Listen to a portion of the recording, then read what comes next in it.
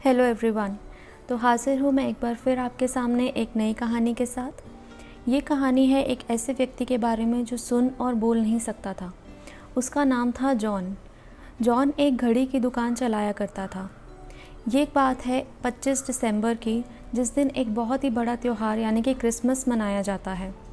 उस दिन जॉन रात तक अपनी दुकान में ही था। वो बस अपना काम ख़त्म करके घर जाने ही वाला था कि उसकी दुकान में दो व्यक्ति आए। उनमें से एक व्यक्ति दरवाजे पर ही रुक गया और दूसरा व्यक्ति दुकान के अंदर तक आया।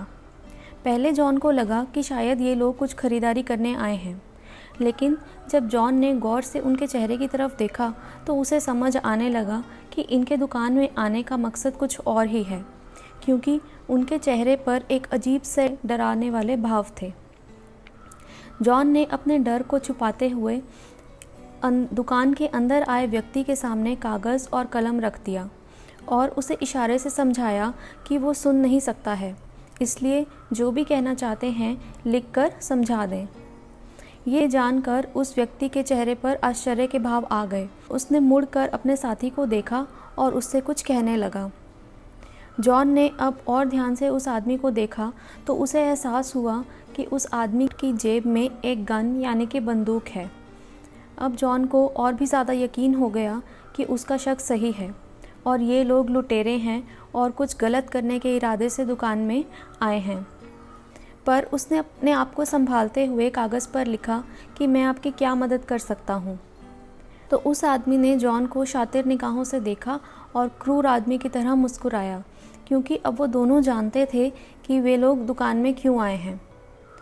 जॉन ने फिर से हिम्मत की और कागज़ पर लिखा कि क्या आप अपनी कोई पुरानी घड़ी वापस लेने आए हैं। ऐसा करते हुए जॉन ने दीवार की तरफ इशारा किया जहाँ पर लोगों की पुरानी घड़ियाँ लगी हुई थी। जॉन ज़रूरतमंद और अभाव में रह रहे लोगों की मदद करने के लिए उनके घड़ी के बदले में उन्हें पैसे उधार दिया करता था और वे लोग जब चाहें उतने ही पैसे वापस करके अपनी घड़ी वापस ले जा सकते थे। जॉन दया भाव में अक्सर घड़ी के मूल्य से ज़्यादा ही पैसे दे दिया करता था। अब वो आदमी थोड़ा सा नरम हुआ और अपनी घड़ी की तरफ देखने लगा और उसने कागज़ पर लिखा कि इस घड़ी का कितना मूल्य मिल सकता है। जॉन को अब उसकी आंखों में थोड़ी शर्मिंदगी दिखने लगी। उसकी घड़ी कुछ खास नहीं थी, लेकिन जॉन ने सोचा कि इनकी ज़रूरत और पैसे के अभाव ने इन लोगों को इस गलत काम करने के लिए मजबूर किया है। तो जॉन ने कागज़ पर लिखा कि आपको इस घड़ी के बदले में कितने पैसे चाहिए। तो उस आदमी ने लिखा कि जितना भी इस घड़ी का मूल्य हो। जॉन ने उस आदमी को 1500 रुपये निकाल कर दे दिए।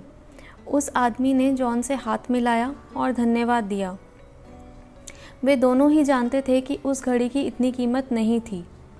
जाने से पहले उस आदमी ने कागज़ पर लिखा कि मैं जल्दी ही अपनी घड़ी लेने वापस आऊँगा और क्रिसमस के लिए आपको शुभकामनाएं। इस तरह जॉन ने एक आदमी जो कि अपराधी था और कुछ गलत करने के इरादे से आया था, उसका हृदय परिवर्तन कर दिया। जॉन ने उस आदमी के अपराधी बनने के पीछे के कारण को महसूस किया। वो डरा नहीं और अक्लमंदी दिखाते हुए उस आदमी की मदद तो की ही, अपने साथ होने वाली अनहोनी को भी टाल दिया। उसने बहरा होते हुए भी उस आदमी की मनस्थिति को समझा और सूझबूझ से काम लिया। ये कहानी हमें यही सीख देती है कि हमारी यही कोशिश होनी चाहिए कि धरती पर अमन और शांति हो और सबका हित हो। तो अगर आपको ये कहानी पसंद आई, press the like button. Don't forget to subscribe to my channel stories with Parul. तो मिलती हूँ आपसे एक बार फिर एक नई कहानी के साथ। तब तक के लिए नमस्कार and take care of yourself. Bye bye.